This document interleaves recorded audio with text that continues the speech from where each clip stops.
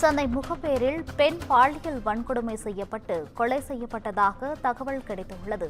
இது தொடர்பான செய்தியாக தற்போது நாம் பார்த்து வருகிறோம். சென்னை முகப்பேரில் பெண் பாலியல் வன்கொடுமை செய்யப்பட்டு அவர் கொலை செய்யப்பட்டு இருக்கிறார்.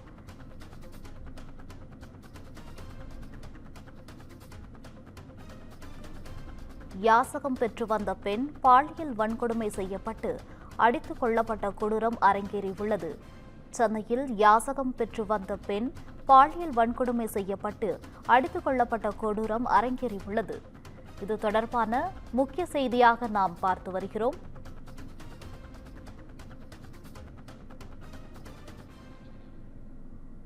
மது போதையில் கொடூர செயலில் ஈடுபட்டதாக மதுரையை சேர்ந்த ஷேக் என்பவர் கைது செய்யப்பட்டுள்ளார். மேலும் இவருக்கு வயது 26.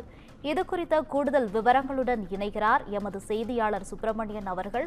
வணக்கம் சுப்பிரமணியன், கூடுதல் தகவல்களை பகிரலாம். சென்னை முகப்பேர் கிழக்கு திருவள்ளுவர் சாலையில் ஒரு பாழடைந்த கட்டிடம் ஒன்றின் அருகே பெண் ஒருவர் இரத்த காயத்துடன் நிர்வாண நிலையில் இறந்து கிடப்பதாக காவல்துறைக்கு தகவல் கிடைத்தது. இது தொடர்ச்சியாக போலீசார் சம்பவ இடத்திற்கு வந்து விசாரித்த போது அந்த பெண் கொலை செய்யப்பட்ட இடத்திற்கு அருகேயே மற்றொருவர் மது போதையில் மயங்கிய நிலையில் கிடப்பது தெரிய வந்தது. உடனடியாக பெண்ணுடைய உடலை பிரேத பரிசோதனைக்காக கீழ்ப்பாக்கம் அரசு மருத்துவமனைக்கு போலீசார் அனுப்பி வைத்தனர். அந்த நபரை பிடித்து விசாரணை என்பது மேற்கொள்ளப்பட்டு வருகிறது.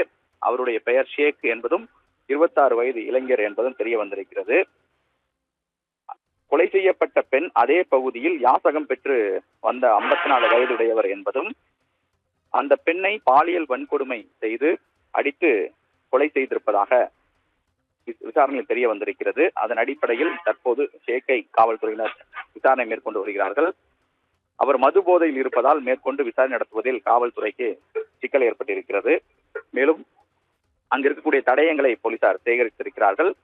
உடலை பிரேத பரிசோதனைக்காக கீழ்ப்பாக்கம் அரசு மருத்துவமனைக்கு போலீசார் தற்போது அனுப்பி வைத்திருக்கிறார்கள். தொடர்ந்து விசாரணை என்பது நடந்து வருவதாக தெரிவிக்கப்பட்டிருக்கிறது. விவரங்களுக்கு நன்றி சுப்பிரமணியன்.